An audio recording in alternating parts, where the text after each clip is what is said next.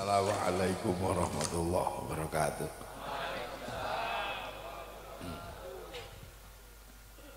Yang saya hormati dan kita cintai Habib Alwi dan seluruh jamaah Ahbabur Rasul. Ini yang nuduk-nuduk ini.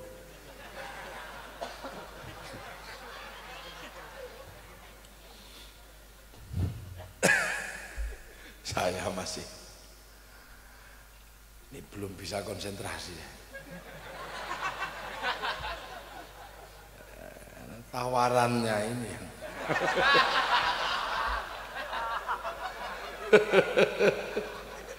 saya ketemu presiden gak grogi, dengan tawaran ini grogi.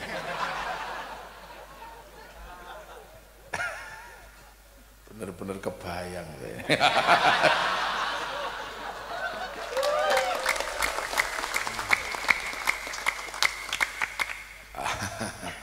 Bismillahirrahmanirrahim. Bismillahirrahmanirrahim. Salatu wassalamu ala Rasulillah Sayyidina Muhammad ibn Abdillah wa ala alihi wa ashabihi wa azwajihi wa dhurriyyatihi wa ahli baitihi wa man tabi'ahum bi ihsan ila yaumil qiyamah. Hadirin hadirat yang berbahagia, satu keterangan yang cukup gamblang tadi telah disampaikan, bahwa ya itulah perilaku Rasulullah, sebuah perilaku yang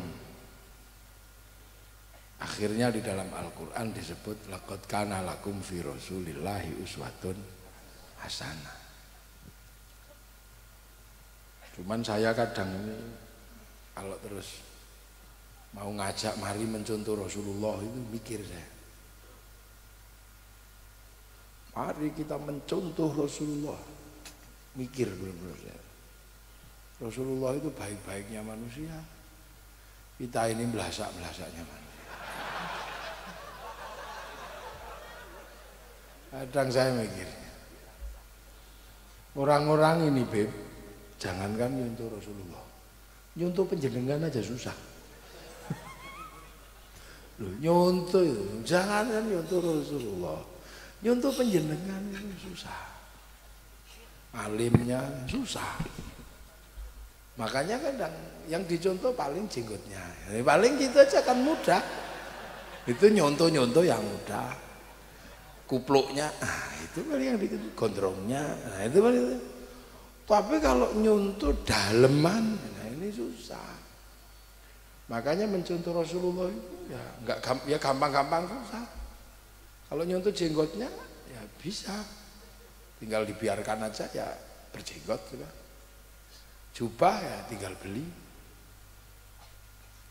Yang susah itu nyontoh akhlaknya Rasul. Loh, ada orang diludahi kok, yang ludahi nggak ada dicari. Saya nggak berani mencontohkan, terus mari kita mencontoh Rasulullah, nggak berani. Kenapa? Ya apalagi orang sekarang susah memaafkan, karena nggak bisa memaafkan akhirnya reuni.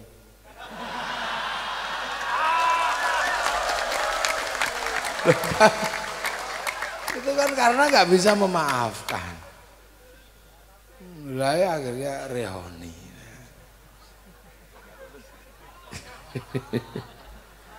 Makanya besok lagi kalau pacaran putus sebut alumni, jangan mantan.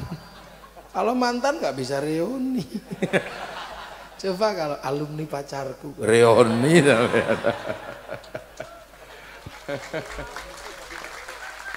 Wah, mudah, memang tidak mudah, nggak mudah memang. Kalau nyontoh ya gampang lah, nyontoh dohirnya, surahnya mudah, jubah tinggal beli. Yang susah itu mencontoh Rasulullah. Rasul itu nggak pernah bohong. Terus tiba-tiba saya pidato sini, mari kita contoh Rasulullah, jangan bohong. Nggak tega saya. Lah kita ini nggak bohong sehari-hariawan.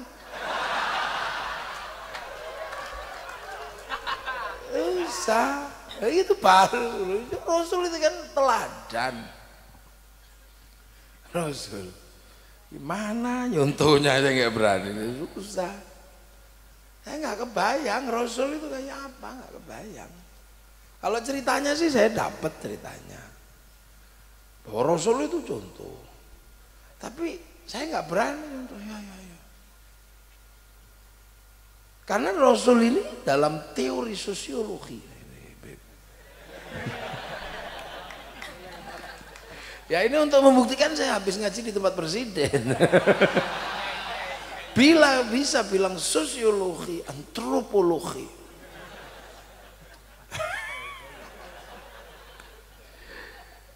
Ini ceritanya sih saya dapat ceritanya. Tapi akal saya ini nggak sanggup mencerna. Gimana ada anak usia 9 tahun itu bisa bergembira ria dinikah sama orang 50 tahun. Nggak nyanggup akal saya ini gimana. Jadi Rasul itu saya tahu lah ceritanya. Saya tiap hari baca hadis. Berapa kali saya baca bolak balik. Mau dari belakang itu apa? Bahwa Siti Aisyah adalah istri Rasulullah yang paling cantik. Anak konglomerat. Muda baru usia 9 atau 10 tahun. Rasulullah usia 50.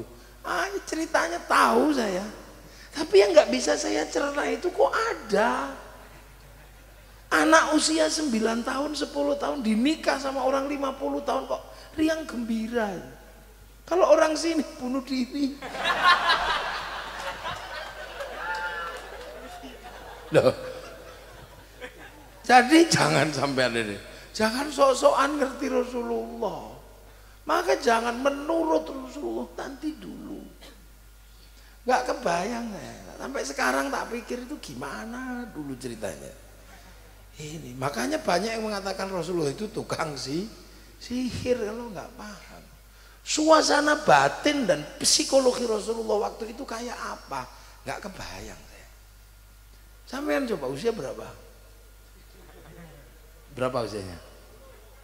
18. Coba dapat suami umur 40 gitu.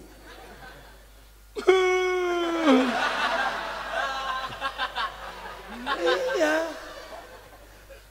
Udah deh. Nah ini itu contoh. Ceritanya kita dapat sampai. Tapi kita nggak ngerti situasi psikologi apa waktu itu yang terjadi. Kok ada anak usia 9 tahun 10 tahun dinikah orang 50 kok riang gembira sambil joget itu coba. Padahal dia bukan orang jelek, dia gadis tercantik di Makkah. Ya, dia adalah anak konglomerat. Bukan karena terbelit utang. Emang tarling. Udah kan gitu. Terus sampean bayangkan lagi. Ada Sayyidina Umar. Sayyidina Umar itu jangankan manusia. Setan itu dengar langkahnya Sayyidina Umar lari.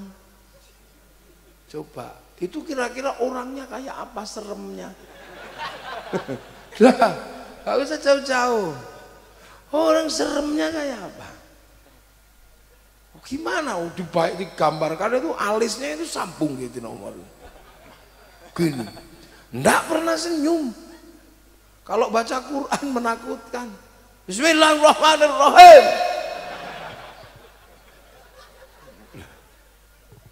Kalau khutbah, ittaqullah. Ya lari semua orang semasjid. Saking kerasnya. Lu sampai Sayyidina Ali itu nadar.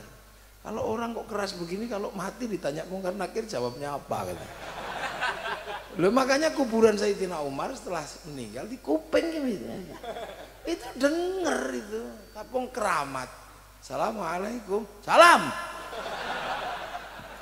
Siapa? Mungkar Nakir ya Umar. Ada apa? Ya nanya. Nanya apa? Ya marrobuka. Ya Allah. Nah ngapa lagi? Udah itu aja katanya kan.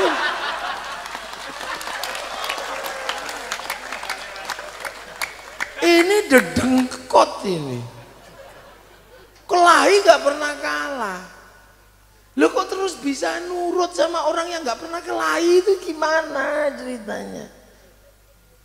Habib masih galak, masih gagah, gondrong serem gini. Rasul kan wajahnya aja tersenyum, wajahnya basam, punya wajah yang tersenyum. Nah itulah yang membedakan Rasulullah sama Abu Jahal. Jubahnya mirip-mirip aja, wajahnya yang beda. Rasul wajahnya tersenyum, Abu Jahal wajahnya kayak orang kebelet ngising. Nah. Ya makanya orang stres itu lihat Rasulullah sembuh. Orang baik-baik lihat Abu Jahal tambah stres.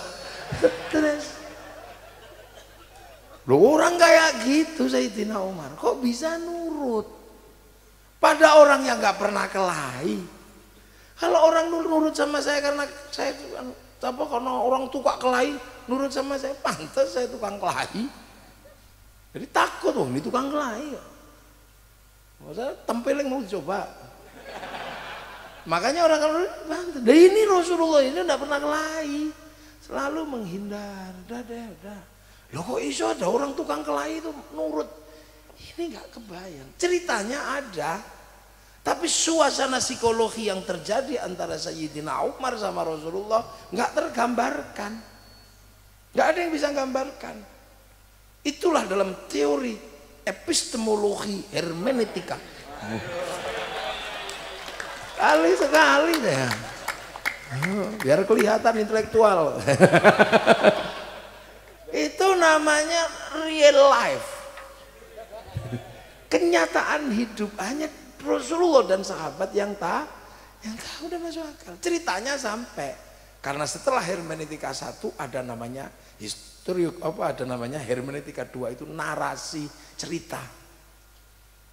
Nah, yang ketiga namanya historiografi. Nah, yang keempat ideologi atau kepercayaan. Nah, ini maka dengerin ini. Nah, ini ilmiah ini.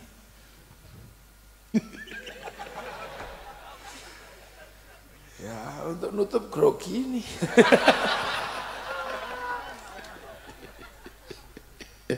Lah, gimana ceritanya? Nggak masuk di akal coba. Orang yang suka kelahi gitu tiba-tiba nurut. Nah, sekarang terus Siti Khadijah, Sayyidatina Khadijah itu orang paling kaya, konglomerat paling kaya. Pembantunya ribuan. Loh kok suaminya di bukit? Kok bawa nasi ke atas kok nggak nyuruh orang? Kita nggak kebayang penjenengan bikinin teh nyuruh. Bagus, bikin sendiri. Itu iya. Nyuci baju, nyuruh mesin cuci. Makanya perempuan sekarang banyak yang nggak ngerti. Kalau bau keringat suaminya pindah ke lain,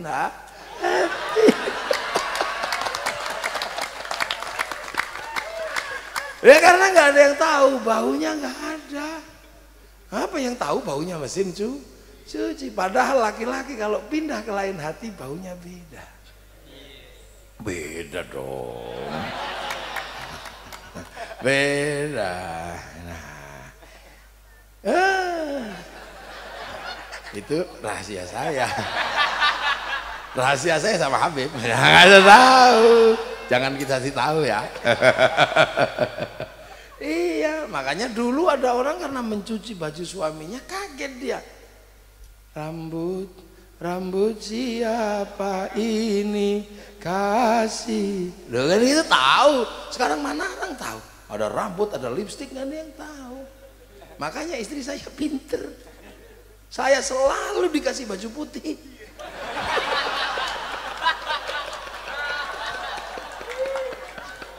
Kalau ada lipstik nempel ketahuan kita ini. Istri saya jago kalau mengatur strategi itu. Jago. Iya. Bahkan ini. Nah, istri saya juga kirim laki-laki nganterin saya kemana-mana. Dan dia patuhnya sama istri saya, bukan sama saya. Ini direkam. Dia lihat di sana. Oh jago kalau udah urusan begitu, mengolahnya. Lah Siti Khadijah ini orang paling kaya, konglomerat. Bawa makanan sendiri naik ke atas gunung. Kok nggak nyuruh orang? Ini nggak bisa dinalar. Sayyidina Abu Bakar konglomerat paling kaya mau nuntun unta Rasulullah, yang Rasulullah bukan orang kaya. Coba ayo kita nalari kan. Ceritanya nyampe, tapi psikologinya apa kita nggak nyampe. Makanya Rasulullah ini dianggap tukang sihir, dan inilah yang membuat sampai hari ini 100 tokoh dunia ditempati oleh Rasulullah, karena perangkat sosial Rasulullah tidak memungkinkan untuk melakukan hal-hal yang tidak masuk akal. Bukan raja, bukan panglima perang, tapi mampu nyuruh 300 orang pergi menghadapi 3.000 orang. Apa itu bukan lu mau mati, bukan gitu. 300 orang hadapi 3.000 orang yang 4.000 di perjalanan. Lu kok mau berangkat gitu loh. Coba.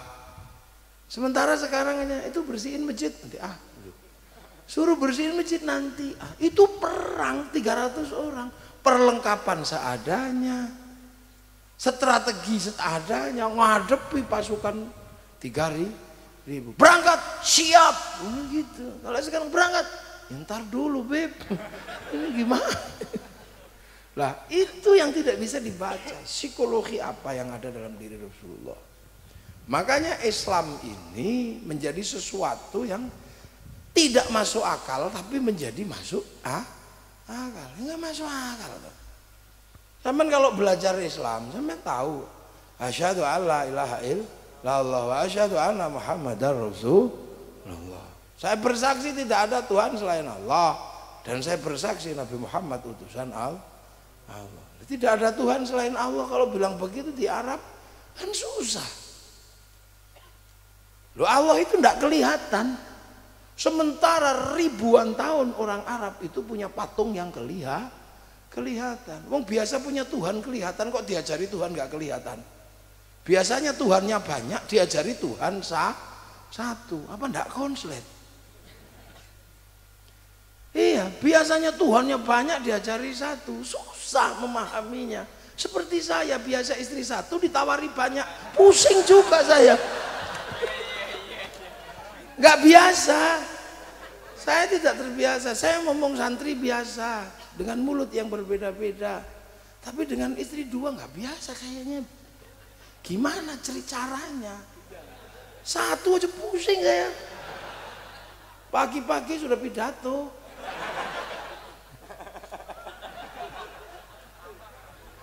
Iya. Nah itulah makanya waktu saya mau nikah, ingat betul. Mungkin gara-gara itu ya. Saya mau nikah itu disuruh ngaji kitab Uquduluddin. Sama kiai saya baca Uquduluddin. Nah di situ ada ja'ar rajulun ila Umar bin Khattab. Laki-laki yang datang ke Sayyidina Umar. Saya nanya, ini siapa? Oh, Abu Dzar. Abu Dzar ngapain? Abu Dzar itu datang ke Sayyidina Umar untuk mengadukan istrinya. Jadi Abu Dzar itu punya istri satu, tapi cerewetnya luar biasa. Sementara Abu Dzar itu status sosialnya kepala suku, panglima perang, hartanya banyak, tapi istrinya satu itu cerewetnya luar biasa.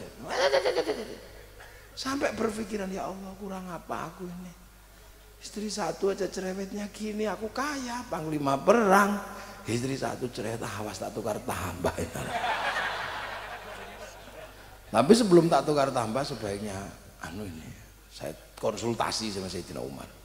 Pasti ngerti lah caranya menaklukkan perempuan cerewet kayak gini. Setan aja takut. Datang sore-sore, Waalaikum. Gak jadi karena gak ada jawaban.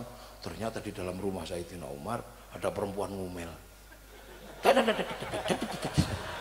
Ternyata Bunyai Atikoh lagi ngomeli Sayyidina Umar. Sayyidina Umar diam gitu. Selesai ngomel baru Assalamualaikum. Salam.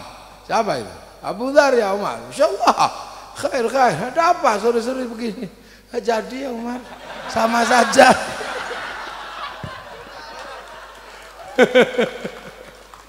Akhirnya apalah, disitulah maka kemudian Sayyidina Umar ditanya sama Abu Dzar, ya Abu Dzar apa?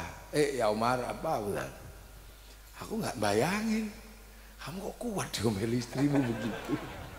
Nah, ada pertanyaan gitu, Bunyai Atikoh datang bersembunyi di balik pintu. Awas kalau jawabannya menyakitkan. Meli lagi. Ternyata jawaban Sayyidina Umar, iya Abu Dhar. Kamu dengar sendiri, istriku Atikoh ngomel setiap hari. Tapi bagiku itu biasa. Karena kemarahannya itu tidak sebanding dengan kasih sayangnya pada anak-anak dan keluarga. Ya langsung serap gitu. Coba kalau coba, iya kayak radio rusak, wah comel lagi. Nah itu makanya kemudian saya diweling sama guru saya. Ya, kamu kalau ingin punya keturunan yang hebat, contoh Sayyidina Umar. Loh, gimana Kiai? Contoh yang apa? Jangan suka marahi perempuan, gitu. Diemlah kalau perempuanmu ngomel. Walaupun kamu sanggup marah, tapi kalau perempuan sudah marah, diam. Maka perempuan akan reda dan tenang. Kalau perempuan hatinya tenang, gendong anak tenang. Membelai anak dan tenang. Tapi kalau perempuan emosi, jantungnya panas, dua payudaranya ikut panas, air susunya panas, diminum bayi, bayinya panas, maka dari tetek bisa menjadi bengek.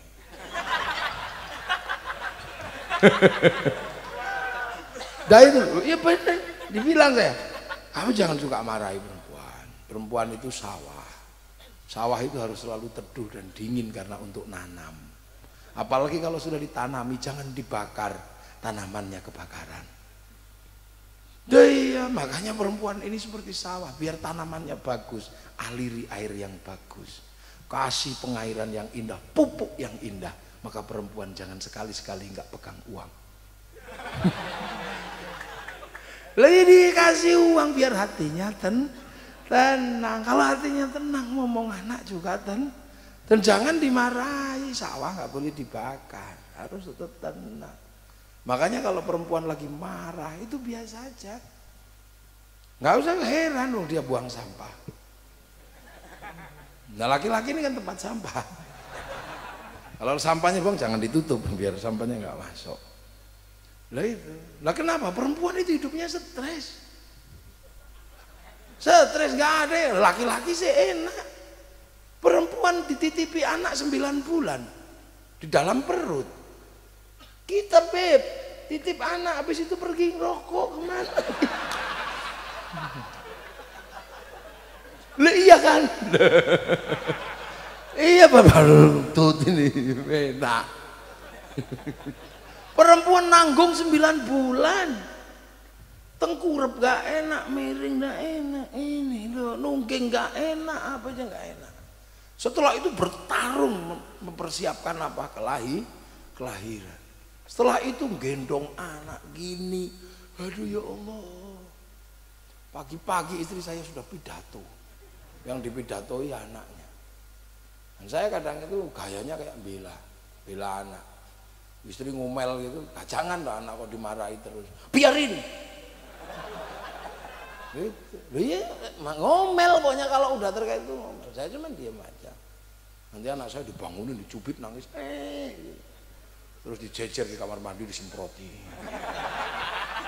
Habis itu ditulang satu-satu gitu. Pakai sepatu salah apa-apa salah pergi. Nah saya pernah sekali ngomel sama istri saya.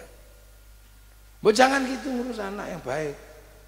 Rumah itu berantakan. Sudah ya Allah. Jangan gitu ngurus anak yang bagus. Tiba-tiba istri saya itu gak pernah begitu aku dipegang tanganku. Mas, apa? Marahi aku terserah. Tapi aku pingin satu saja. Apa? Kita beralih. Aku jadi laki-laki, Mas jadi perempuan. Saya bilang, ya, sehari aja ya. Ya, benar sehari saja. Aku yang ngatur strateginya. Ya terserah, pokoknya kita berganti peran. Engkau ibu, aku bapak. Nah terus, ya terserah Mas gimana. Oh ya sudah, aku ngerti caranya. Ini ada uang 10 juta. Pergi kemana terserah. Kamu cari teman-temanmu yang paling kamu kenal, ajak makan. Tapi berangkat dari rumah, jangan sampai anak-anak tahu. Jam 2 malam sudah harus pergi dari rumah ini. cari temenmu, ganti aku yang akan jadi ibu. Wadah, istri saya langsung menyetir mobil wes sama temen-temennya. Wah, jadi aman saya. Ada tamu, anak masih tidur. Begitu subuh, mulai ya Allah, ayo nak bangun. Yang pertama ditanya, ibuku mana? Ya Allah, ada yang ngompol, ada yang pempesnya di bawah gini, ada nya. Ya Allah, gak kebayang saya. Wah, itu ke kamar mandi, dimandiin kenyepen, kedinginan. Waktu didulang kebesaran saya dulangnya, piringnya dilempar. Ya Allah, sudah saya gak kebayang. Bis itu, ya Allah, dia ngompol, remote AC dibuang. Aduh, lipstik ibunya habis itu ngecat tembok. Terus baju ditarik, ya Allah. Jam 10 udah mendekati menyerah saya. Kuat aku, tapi kan harga diri.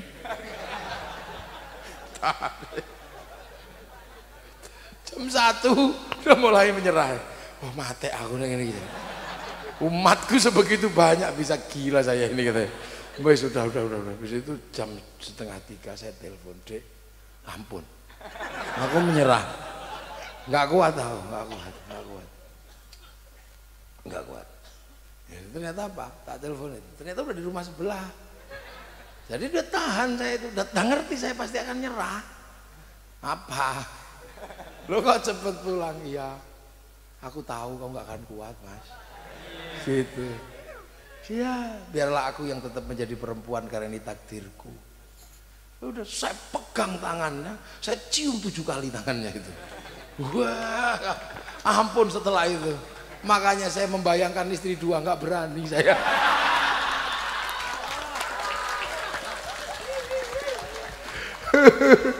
Begitu tadi, Bapak Alwi menceritakan tentang banyak sini. Saya lihat sound system kayak lihat wajahnya.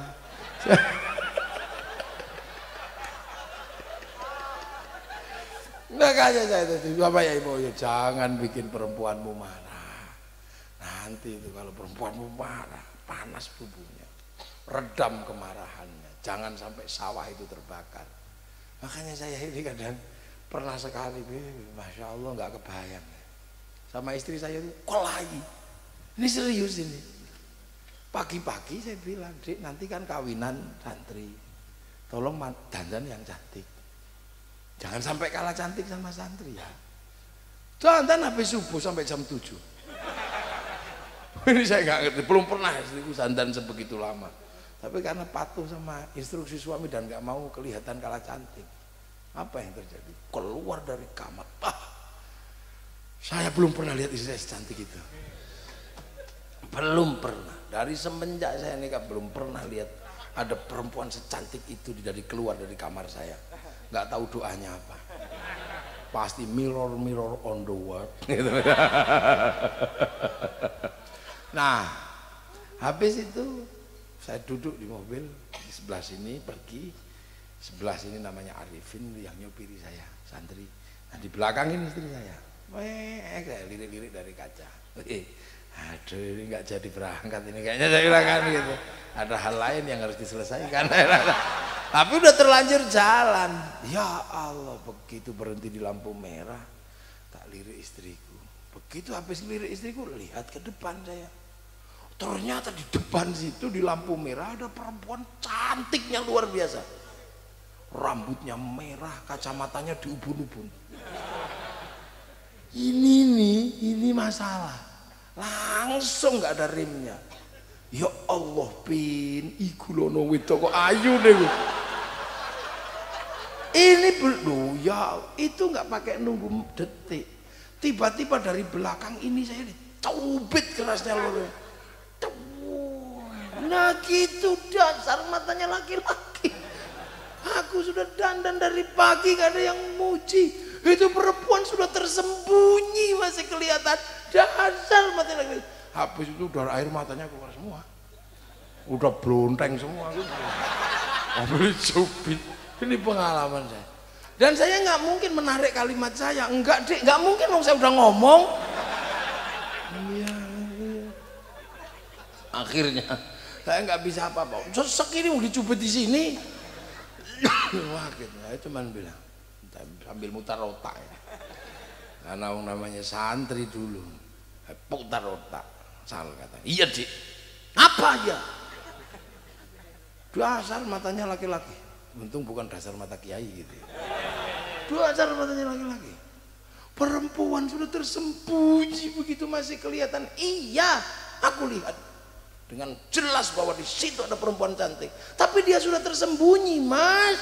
Apa selalu begitu matamu? Iya. Karena aku laki-laki. Perempuan cantik tersembunyi kayak apapun pasti aku tahu dan mampu melihat. Karena kalau aku nggak mampu melihat perempuan cantik dan tersembunyi, mana mungkin aku dulu menemukanmu.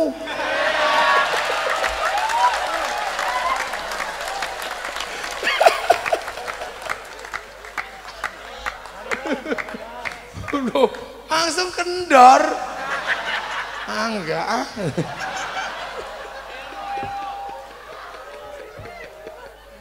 Lah itulah. Itu ya Allah kadang gitu. Nah itu makanya rendah. Nah inilah saya Dina Umar itu. Makanya kita tidak usah kaget-kaget. Laki-laki gagah. Saya juga gayanya aja. Saya tahu kok. Makanya kalau ada pawangnya.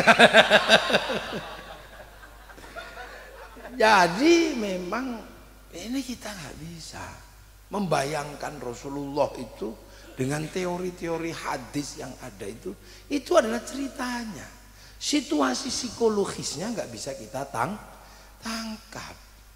Bayangkan Islam itu mengajarkan sesuatu yang nggak bisa, yang nggak dikenal oleh orang Arab sebelumnya. Orang Arab itu jarang mandi. Tiba-tiba Islam nyuruh mandi toharoh pakai air di sebuah tempat yang nggak ada air. Coba. Orang minum aja susah, suruh mandi, suruh jinabat. Padahal air aja susah, minum itu lo susah, malah disuruh buang air untuk mandi. Iya kalau orang sini jinabatnya sebulan sekali, orang sana semalam 8 kali. Karena makanannya kambing, sini kan terong. Nah, tempat yang panas seperti itu disuruh puasa. Tempat yang panas disuruh buka kepala kalau lagi tawaf. Di mana syahwat terhadap perempuan begitu tinggi, kalau tawaf perempuan malah disuruh buka muka. Syahwatnya tinggi. Sementara pada saat yang sama, yang laki-laki disuruh pakai baju nggak ada jahitannya. Coba. Itu kalau mau melakukan sesuatu kan tinggal wes gitu aja. Coba.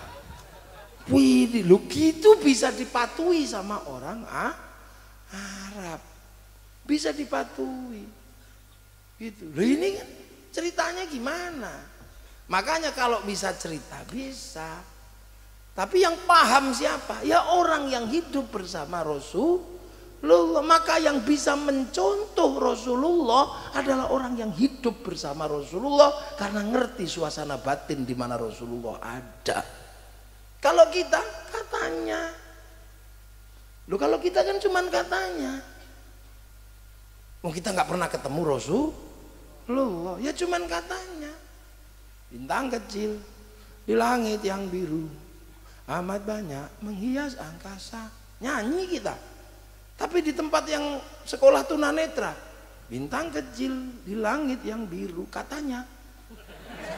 Ya kan nggak lihat sendiri mereka ada coba. Nah generasi kita ini sudah generasi katanya. Makanya jangan sok-sokan. Menurut Rasulullah, iya menurut Rasulullah kita tahu ceritanya, tapi nggak ngerti situasi psikologisnya. Bagaimana bisa seorang Sa'labah bin Abdurrahman diutus Rasulullah menembus kota Madinah. Begitu melihat perempuan telanjang tanpa sengaja, saking takutnya bersumpah tidak akan buka mata sampai mati. Terus sampean tak suruh nyontoh yang begitu. Wong ada gedeknya aja dipolongin.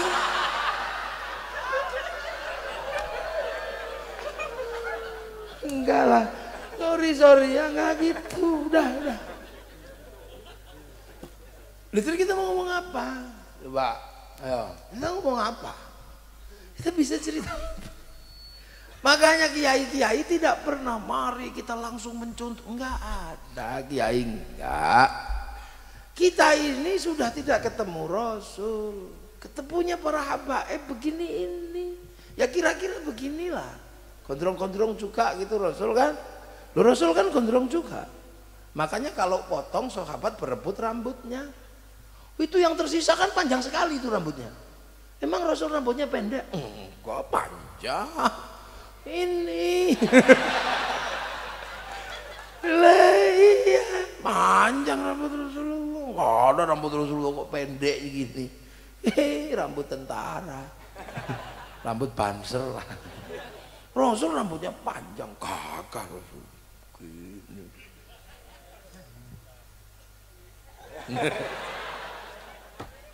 Katanya, nah makanya gitu katanya, makanya orang kalau masih memahami prinsip maulidir Rasulullah itu orang Makkah, lahir di Makkah, diperingati lahirnya karena ada di Makkah, orang akan tahu bahwa Rasul itu orang Makkah dan kita ini orang Indonesia tahu. Yang ketemu Rasulullah ya sahabat itu, ya itu yang paling ngerti Rasulullah. Suruh tidur, ya udah tidur ya Rasul, tidur, matilah. Sayyidina Ali. Itu yang nggak bisa kita cerita, yang kita bisa nilai psikologinya ceritanya ada. Loh makanya yang bisa nyontoh Rasul ya Rasulullah, ya sahabat yang hidup bersama Rasulullah. Lah kalau kita sudah katanya, makanya kalau kita mengatakan Rasulullah kata siapa? Menurut siapa lo? Makanya ketika kita berbicara Rasulullah selalu ada kata an. Dari mana? Dari sini. Rasul ngapain? Rasul nyuruh apa? Ya pokoknya nyuruh menurut ini. Ya tulis saja itu, tulis. Apa? Amarona Rasulullah Shallallahu Alaihi Wasallam kata. Lalu apa? Gak boleh. Dari siapa? Dari sini. Udah. Nahana Rasulullah Shallallahu Alaihi Wasallam. Nah ini bareng sama Rasul, tulis aja kunama Rasulullah Shallallahu Alaihi Wasallam naf'alu. Nah ini apa? Lihat tok, ya roa itu Rasulullah Shallallahu Alaihi Wasallam yaf'alu. Nah apa? Dengar tok, ya sami itu kok. Oh lah. Makanya an. Nah kita ini sudah an yang keberapa?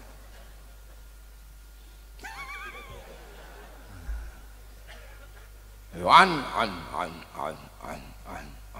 Ya sudah.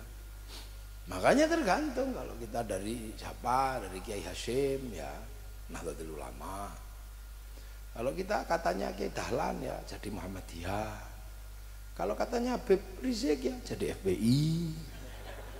Kalau katanya Pak Sukino ya jadi MTA kan gitu aja. Kalau katanya Pak Amin Rais ya jadi PAN. Ya tergantung katanya, makanya.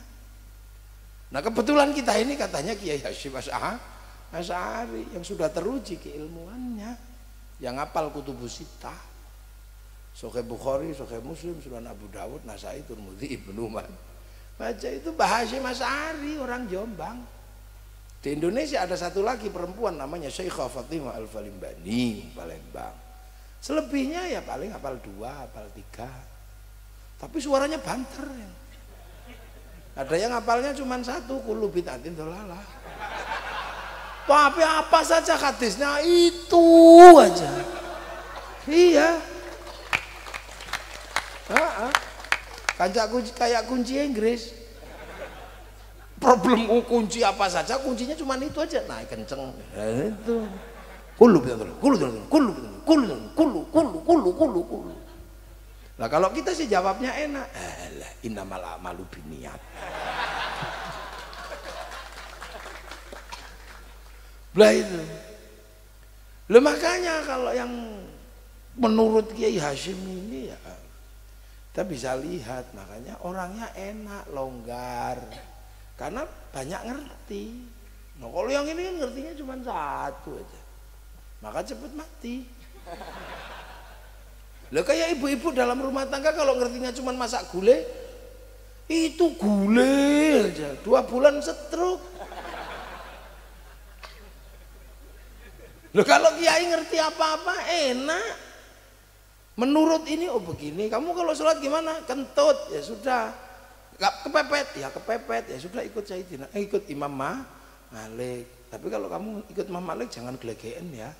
Karena kalau Imam Malik itu membatalkan wudu. Nah kalau Imam Syafi'i malah nggak apa-apa. Makanya kalau kita ngentutan ikut Imam Malik aja nggak apa-apa.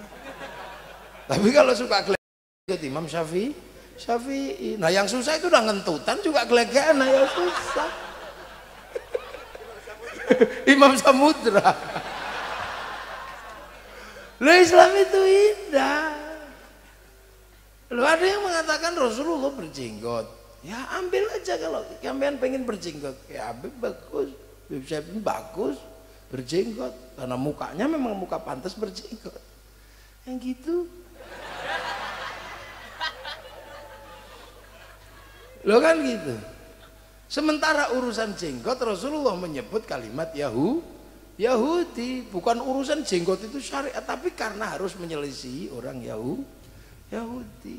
Nah itu kan makanya itu kita menurut ini ternyata menurut menyelisihi orang Yahudi, karena orang Yahudi itu suka nyukur jenggot. Nah itu terjadinya kapan? Ya ketika Rasulullah pindah ke Madinah, sahabat pasar Madinah ini pasar terbesar di tanah Arab. Ketemu sama orang, ya Rasul, di pasar itu ada orang pipinya tembem begini, kumisnya 2, jenggotnya di sini, tapi barangnya bagus-bagus. Orang mana itu ya Rasul? Itu orang Cina. Utlubul ilma walau bisin. Waktu di Mekah belum ketemu sama orang itu. Nah begitu di Madinah besoknya lagi kita ketipu ya Rasul. Ketipu gimana? Ada pedagang licin kayak belut kecemplung oli. Ini tipu. Belum ditawar katanya ada yang nawar 10 juta. Barang 10.000 dijual 100.000. Kita ketipu. Itu kira-kira siapa ya Rasul ya? Oh itu biasanya Yahudi yang suka begitu. Kalau kamu pengen tahu orang Yahudi tidak ya lihat aja jenggotan apa enggak. Kalau enggak jenggotan melidit gitu, itu Yahudi. Rambutnya hitam walaupun tua. Giginya juga utuh walaupun tua. Oh gitu ya Rasul. Lah kenapa? Itu dulu umatnya Nabi Musa. Nabi Musa mau dicabut nyawanya sama malaikat Israel ditempeling. Pewak, palanya pecah. Baca tafsir Ibnu Katsir ada. Palanya pecah, tapi wong malaikat ya celing keluar utuh lagi. Kamu kalau sama orang itu hati-hati ya Israel. Kenapa ya Allah? Oh jangankan kamu, aku aja pernah ditantang dengan dia. Tentang ilmu habis, oh enggak masih ada, tak kasihkan Khidir, cari gagal dia. Maka yang sopan kalau ketemu dia lagi, iya ya Allah. Datang malaikatnya, Assalamualaikum ya Musa. Apa minta tempelin lagi? Enggak, nyawamu sudah expired. Oh yang bener dong. Besok lagi bilang yang coba cabut. Udah malaikat yang lain yang bilangin rambutmu sudah putih, gigimu sudah rontok. Terus jenggotmu udah semrawut kayak gitu, itu tandanya udah expired, udah waktunya. Oh ya udah kalau gitu cabut, dicabut. Begitu dicabut orang Yahudinya mikir, nah ini jalan keluarnya. Akan ku semir rambutku, akan ku perbaiki gigiku, akan ku cukur jenggotku biar kalau malaikat Israel datang, oh belum waktunya, kan gitu. Lah itu ada dalam kitab-kitabnya Bani Israel, namun nggak pernah baca soalnya.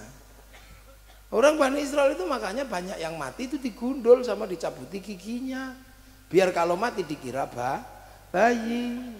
Makanya ada cerita malaikat Mungkar Nakir kaget, oh ada bayi mati, kadang ada bulunya, diserahkan sama malaikat Ridwan. Ya Ridwan ada bayi mati agak besar, bukan bayi. Ini digundul, ini dicukur, enggak lah protapnya begitu kalau nggak ada giginya baik. Bukan, ini bukan bayi, ini gundul. Enggak, ini bayi pokoknya tak serahkan kamu lah. Enggak bisa, sebelum kamu pergi tak ces dulu, kamu kalau pengen tahu gimana caranya. Gampang, aku kan punya bidadari banyak. Bidadari turun ya, nggak usah pakai baju. Nah bayi yang besar itu doing, no one dibilang. Nah itu ada dalam kitabnya orang Bani Israil. Jadi makanya tafsir Bani Israil itu masalah, suka-suka dia aja. Lo termasuk Bani Israil menggambarkan perbedaan laki-laki dan perempuan. Laki-laki begini, perempuan begitu. Karena buah khuldi berbuah 6. Yang 3 diambil, ya 6-6-nya diambil, 3 diambil sama Nabi Adam, serahkan Siti Hawa, gak kuat mecah, pukul sama Nabi Adam, pecah, serahkan Siti Hawa, baru mau dimakan ketahuan Allah, sembunyikan di sininya, gitu. Nah yang 2 ditaruh kiri kanan, makanya pelentung sini situ pecah. Nah yang laki-laki Nabi Adam panen 1 ketahuan, dilek 1 di sini nyantol. Nah yang 2 dipetik masih ada gagangnya, sembunyikan sini, udah kan? Lah itu makanya dilarang tafsir Israiliyat itu untuk nafsiri Quran karena iseng mereka itu. Lah ya makanya ulama-ulama yang tahu bahwa oh ternyata ada problem jenggot dengan orang Yahudi. Begitu di kampung yang tidak ada Yahudi, ulama-ulama dulu sudah nggak ribut masalah jenggot. Lah itu suasana sosiologi antropologi yang berbeda dan geografi yang berbeda. Lo kan gitu. Jangan pornografi. Dah inilah. Jadi kalau ngaji begini tuh lupa kadang saya bisa begini. Itu beda. Makanya nggak ribut. Makanya kemarin Kiai Said sampai mengatakan jenggotan itu goblok. Itu zaman kalau nggak paham, zaman akan ribut. Seolah-olah melawan syar'i, bukan. Di Surabaya itu, di Jawa itu kan banyak makam wali. Tiba-tiba ada orang-orang iseng mengatakan Wali Songo tidak ada. Oh tidak ada itu Wali Songo. Pak, Wali Songo fiktif. Karena sebelum Wali Songo Islam sudah masuk ke Indonesia lewat jalur mana? Lewat jalur dari Aceh. Nah ya rusuh loh. Wali Songo dibilang nggak ada. Nah yang bilang begitu jenggotan semua. Ada bahasa lama jenggotan, ada inisialnya siapa tadi? Ada istilahnya, ada inisialnya BR, BS, Badrus Salam. Ketularan saya sama website ini, ketularan saya. Nah, itu mengatakan Wali Songo tidak ada. Ada SB, Subhan Bawazir. Enggak jadi inisial Pak Bawazir. Ini sih sial. Ada namanya Zainal Abidin. Ini juga brewokan. Nah makanya terus Kiai Said mangkel, dasar orang kalau jenggotan ini goblok. Sehingga nah orang ini balas Kiai Said yang goblok. Orang Wali Songo, apa penerus Wali Songo kok mengatakan orang berjenggot itu goblok? Padahal seluruh Wali Songo itu berjenggot. Loh, katamu nggak ada. Kok sekarang jadi berjenggot? Nah inilah. Bisa, makanya kita ini jadi orang. Kita ini sesuai pangkatnya masing-masing mengikuti Rasulullah dengan gayanya masing-masing. Ada gaya pengikut namanya sahabat. Makanya ada tingkatan namanya ahli sunnah wal jamaah. Ahli sunnah itu tetap tingkatannya beda-beda wal jamaahnya. Wal jamaah pertama sahabat, wal jamaah berikutnya apa? Tabi'in, wal jamaah berikutnya tabi'at tabi'in, jamaah berikutnya tabi'at tabi'at. Nah, kita ini wal jamaahnya siapa? Wal jamaahnya ulama. Wong kita ini ketemunya sama ulama. Kalau kita ketemu Rasulullah namanya sahabat. Sahabat itu apapun bentuknya sahabat. Mau pinter, mau bodoh, mau apa ya sahabat. Tapi kita ini ketemunya ulama, bahwa kita ini yang kita hadapi, kita ketemu di generasinya ulama yang disebut oleh Rasulullah warasatul anbiya. Lah namanya pewaris kan harus punya sertifikat, itu aja kan. Dari siapa? Oh dari guru saya. Gurumu dari mana? Dari Kiai Hasyim. Kiai Hasyim dari mana? Dari Kiai Asy'ari. Kiai Asy'ari dari mana? Dari Kiai Khairon. Kiai Khairon dari mana? Dari Kiai Abdul Wahid. Dari mana? Ya Abdul Halim. Dari mana? Itu dari Kiai Sufyan. Dari mana itu dapatnya? Dari Kiai Jabar. Dari mana? Dari Kiai Abdurrahman Sambu. Dari mana? Ya Abdul Halim. Dari mana dapatnya?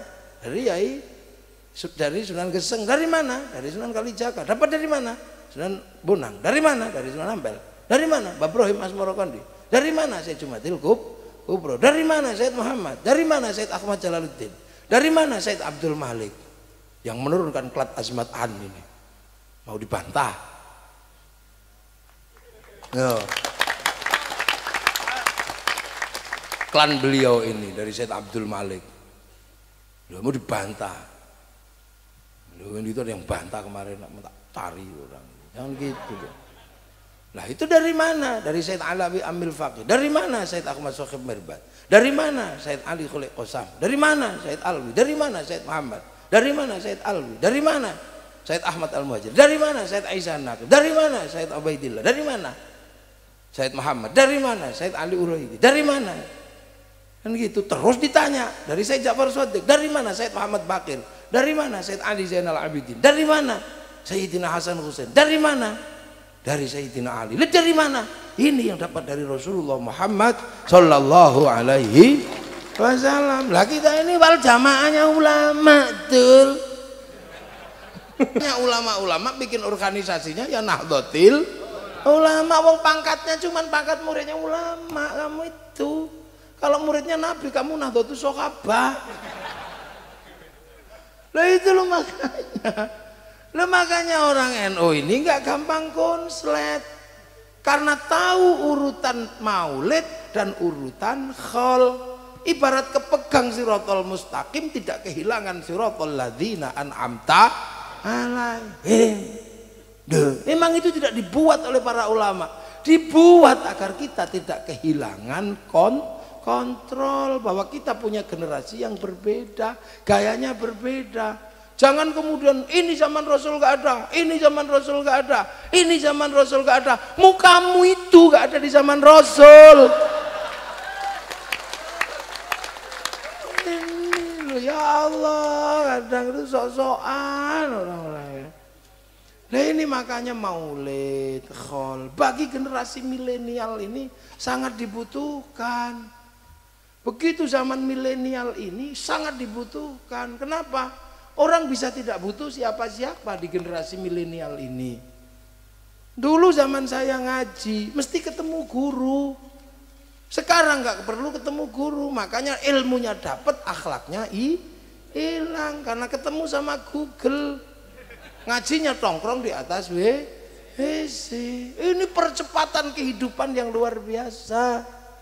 Dulu kita bersama, kenapa? Dengerin radio sahur sepuh, satu radio didengarkan 50 orang. Kita lihat TV, berbanyak orang kampung lihat. Sekarang itu hilang semua karena apa? TV sudah kalah sama internet, sama gadget, sama apa. Ini loh generasi milenial, kalau kita nggak waspada, milenial killing everything.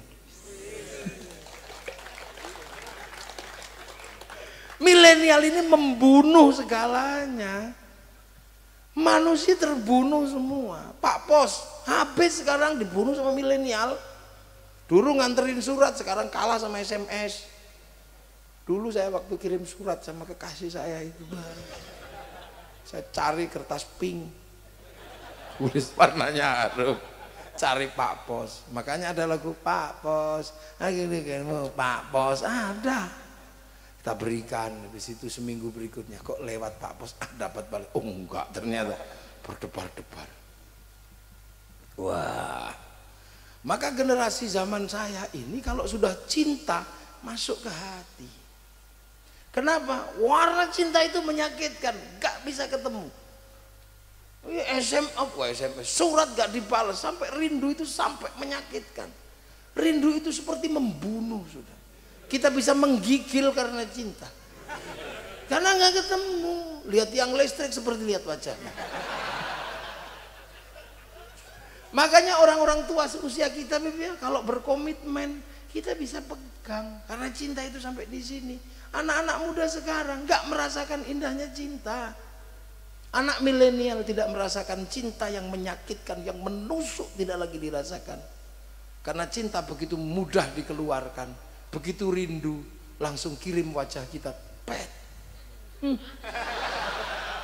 Langsung bawanya, peke. Lah, mudah sekali. Lah, supermarket itu nanti juga habis karena anak sekarang bisa belanja online. Anak saya usia 14 tahun sudah jarang belanja di Indonesia, belanjanya ke Kanada. Anak saya iya usia 14 tahun kalau belanja ke Missouri. Kemarin belanja dari Kanada. Saya tanya berapa nak harganya? 17.000. Itulah sewu tuh ke Kanada. Apa? Peniti gitu. Loh itu terus ongkosnya berapa? Kita nggak kebayang. Loh itulah masa depan. Nah itu kalau terjadi dalam agama sangat beresiko karena orang bisa belajar langsung dari sumber, kehilangan jarak yang jauh, kehilangan ruang dan waktu. Makanya orang sekarang langsung mari kita belajar kembali kepada Rasulullah. Kenapa? Karena bisa baca Quran dan Sunnah dalam kitab yang langsung dibaca. Kalau nggak bisa ya cari terjemahan. Dunia dilipat semua hari ini. Dulu kalau mau baca koran, nunggu korannya Pak Lurah selama seminggu baru bisa kita baca. Dulu zaman segitu. Dan gitu baca koran. Sekarang nggak bisa. Pengen lihat Afrika dulu nunggu flora dan fauna. Di TV. Lah sekarang kamu mau lihat dunia dari sini cukup India keluar, bokong India keluar. Tengu India keluar. Loh ini dunia saya nggak butuh siapa-siapa. Nah dalam agama pun orang menjadi mudah belajar. Langsung menurut Rasul begini, menurut Rasul begini. Makanya banyak sekali orang sekarang yang kehilangan ruang dan waktu, kehilangan jarak. Hasilnya apa? Ya orang ini menjadi orang-orang yang tidak lagi memahami bahwa ada perjalanan panjang. Islam itu melalui proses wal jamaah yang beda. Langsung ahli sunnah ya nggak apa-apa kalau kuat, tapi lama-lama sebagian konslet, tahu-tahu jadi teroris gitu kan. Makanya dulu para ulama bangun dibikin khol, akhirnya ziarah kubur guru. Hasilnya apa? Mencintai tanah di mana gurunya bersemayam. Pada saat itulah tumbuh namanya cinta terhadap tanah air. Itu mekanismenya. Kita ini puluhan bangsa yang berbeda-beda. Maka semuanya dibikin bagaimana bersatu. Makan tumpeng biar bersatu.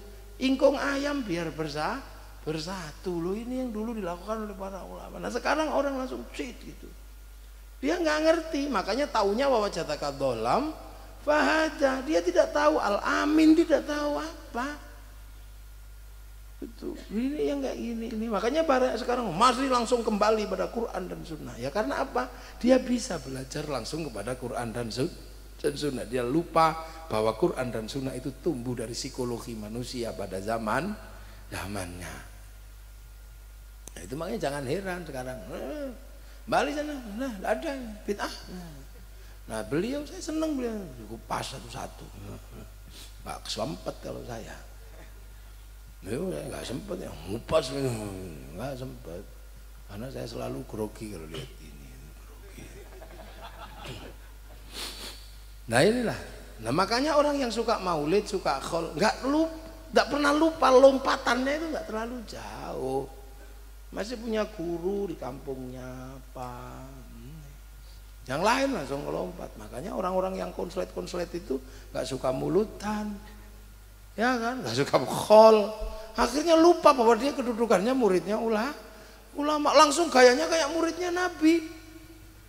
Asyida'u 'alal kufar ruhama'u bainahum tarahum ruk'an sujada yabtaquna fadlan minallah wa ridwanan simahum fi wujuhihim min atharis sujud.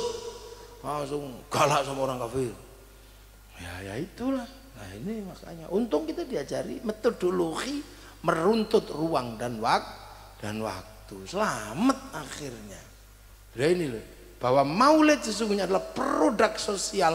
Untuk apa? Membuat manusia tidak kehilangan kontrol dalam ruang dan waktu yang berbeda. Nggak mau, ya mau mengsle, langsung konslet. Kita nggak punya listrik, yang punya listrik orang luhur sana. Maka orang sini bangun tiang sama trafo, kabel tiang trafo, kabel tiang trafo. Masuk rumah kasih meteran, paket berapa yang kamu butuhkan? 300, apa 250, apa 600, apa 900, apa 1300. Dari dalam rumah itu kita colokkan TV, TV-nya selamat. Walaupun kita ngerti kabel gede di situ ada setrumnya, jangan bledos TV-mu. Enggak pakai madhab. Lah kalau enggak pakai madhab terus katanya siapa? Enak banget. Ya inilah kadang kita ingetin juga susah karena mereka pinter, bisa baca. Makanya ya udah, kadang saya udah deh orang-orang kayak gini nanti lama-lama juga kembali. Nah, akhirnya sekarang banyak yang udah kembali, kapok sudah. Dulu Sayyidina anti, sekarang mau Baginda, Nabiyina mau, tapi belum Sayyidina. Setelah tahu dalil la taj'alu du'a ar-rasuli bainakum ka du'a ibadukum Allah. Tumpeng nggak mau, sekarang nasi kotak mau. Ingkung ayam nggak mau, tapi suwiwi tok mau. Itu, iya kan? Suwuk nggak mau, tapi ruqyah mau semua sekarang. Ilaruhi nggak mau, tapi semoga arwahnya mau. Alat musik nggak mau, tapi mulut mau tum. Namanya nasyid. Makanya kalau mereka selalu mengatakan, mari kita kembali kepada Quran dan Sunnah, ya kembalilah, wong kamu pernah pergi.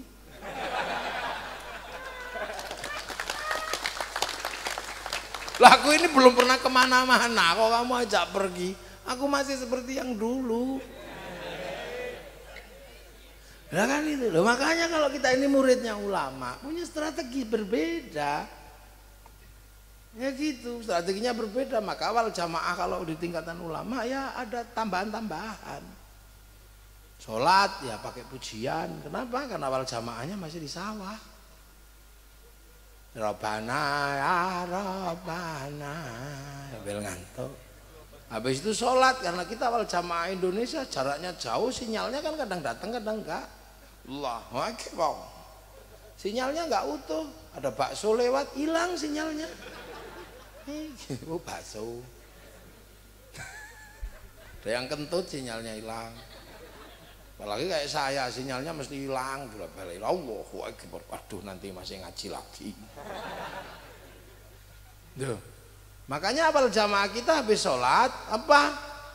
Ya ditambal, wong bocor semua. Pakai ada yang protes. Zikir kok begitu? Rasulullah dan sahabat kalau zikir diem.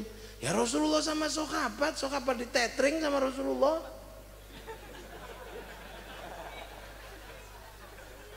Leng iya tuh, wong anitum harisun alaikum bil mu'minina raufur rahim, ditetring, ya online. Nah kita program gak punya, data habis karena nggak pernah download. Nah kalau Rasulullah download program kenabiannya 15 tahun naik turun Gua Hira, maka bisa kita akses. Coba Syekh Abdul Qadir Al-Jilani ngakses programnya, downloadnya 25 tahun di Padang Pasir. Itu di-download di sana. Kan gitu. Sunan Kalijaga downloadnya berapa? 3 tahun. La haula wala quwata illa billah. Kita kalau diajak download langsung listriknya mati. Ya Allah, ya Allah, ya Allah, ya Allah. Ya Allah. Gimana kita punya kuota, gak punya kita kuota. Ya Allah, ya Allah, ya Allah, ya Allah,